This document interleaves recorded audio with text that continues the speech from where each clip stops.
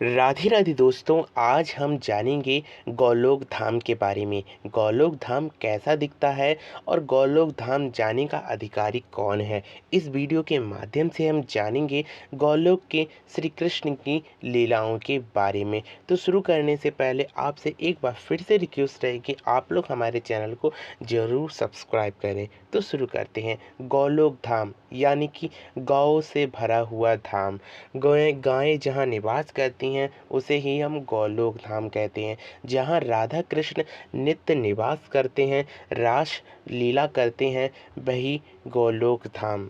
यानी कि गौलोक धाम में गाय भी रहती हैं, गोपियाँ भी रहती हैं और कृष्ण भी रहते हैं, स्वामिनी श्री राधा रानी भी रहती हैं। लेकिन कोई एक पुरुष ही उसमें रह सकता है जो स्वयं श्री कृष्ण ही है। इस लोक में केवल स्त्रियां ही रहती हैं। यहाँ पर परमात्मा के स्वरूप में श्री कृष्ण ही रहते हैं और जिनका स्वरूप श्री कृष्ण ही है। श्री कृष्ण के अतिरिक्त इस लोक में कोई भी पुरुष प्रवेश नहीं कर सकता है। अगर कोई भी पुरुष इस लोक में प्रवेश करता है तो उसे भी स्त्री का रूप धारण करना पड़ता है, यानी कि गोपी का रूप धारण करना पड़ता है। इसी के कारण गौलोक धाम बहुत ही ज़्यादा भव्यमय है। जिस प्रकार से बार बार हमारे शास्त्रों में बताया गया है कि दिव्य वृंदावन हमें देखने को नहीं मिलता है, वह तो श्री कृष्ण की कृपा से ही मिल सकता है। उसी के कारण दिव्य वृंदावन जिस प्रकार से हमारे भारत वर्ष में है, उसी प्रकार से गौलोक धाम में भी वृंदावन धाम है। वहाँ पर भी गोवर्धन पर्वत है, वहाँ पर भी श्री कृष्ण अपनी नित्य लीला करते हैं। गाय को चराने के लिए भी लीला करते हैं, यहाँ तक कि गोपियों को तंग करने के लिए उनकी मटकियाँ माखन भी फोड़ा करते हैं। साथ ही साथ दिव्य वृंदावन में बहुत सी ऐसी भी अद्भुतता है जिसे बहुत ही कम लोग जानते होंगे। दिव्य वृंदावन स्वयं ही गौलोक धाम है। गौलोक धाम जैसा कोई धाम नहीं हो सकता है, क्योंकि जहाँ पर प्रिया प्रियतम निवास करते हों वह तो बहुत ही ज़्यादा अद्भुत होगा।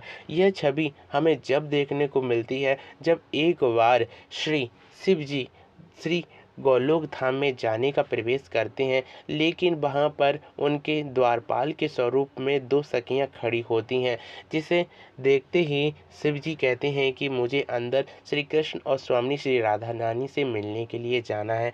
लेकिन गोपियाँ मना कर देती हैं और कहती हैं कि यहाँ पर कोई भी पुरुष नहीं जा सकता है। यहाँ पर जो भी पुरुष आता है वह स्त्री का स्वभाव या तो स्वरूप धारण करता है या भाव धारण करता है। इसके पश्चात ही वह जा सकता है गौलोक धाम के प्रवेश मार्ग से। यह सुनते हुए शिवजी कहते हैं कि मैं तो शिवजी स्वयं महादेव हूँ, मुझे तुम रोक क्यों रही हो। तब गोपियाँ बताती हैं कि यहाँ का नियम है कि कोई भी पुरुष यहाँ पर नहीं जा सकता है। तब शिवजी भी स्वयं गोपी का रूप धारण कर गौलोक धाम में रास लीला और रास को जानने के लिए, श्री कृष्ण की अद्भुतता को जानने के लिए एक गोपी का रूप धारण करते हैं। इसी के संग हमारे ब्रज रसिक भी यही बताते हैं कि श्री कृष्ण के हम सभी, चाहे स्त्री हो या पुरुष, सभी गोपियां ही हैं, क्योंकि आत्मा का अर्थ स्त्रीलिंग है।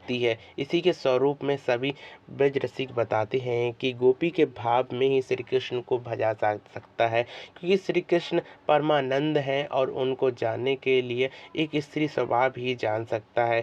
शायद ही ऐसा कभी हुआ हो कि गौलोक धाम में कोई पुरुष गया हो। गौलोक धाम की अद्भुतता का तो वर्णन इन शब्दों से किया ही नहीं जा सकता। जिस प्रकार से हम एक ही तट की अगर वर्णन करने लग जाएं तो ये वीडियो बहुत ही ज़्यादा लंबी हो जाएगी, लेकिन हम आपको इस वीडियो से कुछ थोड़ा बहुत और भी बता सकते हैं। जैसे कि नदियों में स्वयं बिरजा नदी बहुत ही ज़्यादा प्रसिद्ध है। वहाँ पर बिरजा नदी बहुत ही ज़्यादा प्रसिद्ध होने के कारण गौलोक धाम के आसपास बहुत से ब्रह्मांड भी भ्रमण करते हैं। ब्रह्मांडों के देवता भी आते हैं। गोपियाँ उनसे पूछती हैं कि आप कौन से ब्रह्मांड के देवता हैं। तब देवता भी परेशान हो जाते हैं और कहते हैं कि गौलोक धाम में जाने के लिए हमें तो पहले अपने ब्रह्मांड की ही विषय में जानना होगा। इसी के संग हम आपको बता दें, जैसे ही कि आप इस समय वृंदावन धाम को देखते हैं वह एक भौतिक रूप से वृंदावन है, लेकिन जो दिव्य वृंदावन है वह गोलोक धाम से जब श्री कृष्ण लीला करने के लिए उतरते हैं इस धराधाम पर, तो वह ही स्वयं श्री कृष्ण इस धराधाम पर गोलोक धाम को उतारते हैं, जिसके पश्चात श्री कृष्ण और श्री राधा रानी नित्य लीला करती हैं।